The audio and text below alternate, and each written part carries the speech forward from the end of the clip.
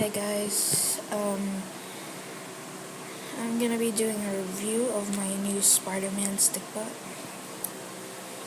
Hold on, let me just take something. There we go.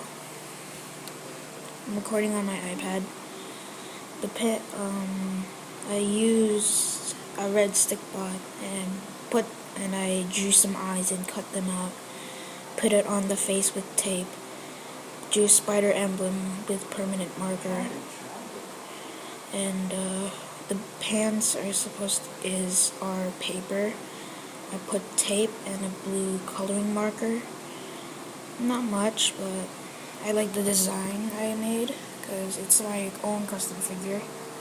I also have another big fig.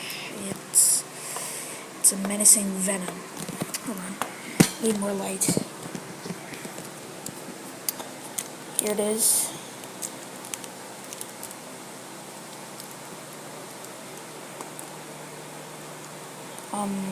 It's not bad. I just ordered this online. I kind of lost the toe. Oh, jeez. And figure itself is not that bad. I also made a Peter Parker right here. He also has stuff in his backpack. I also made one too.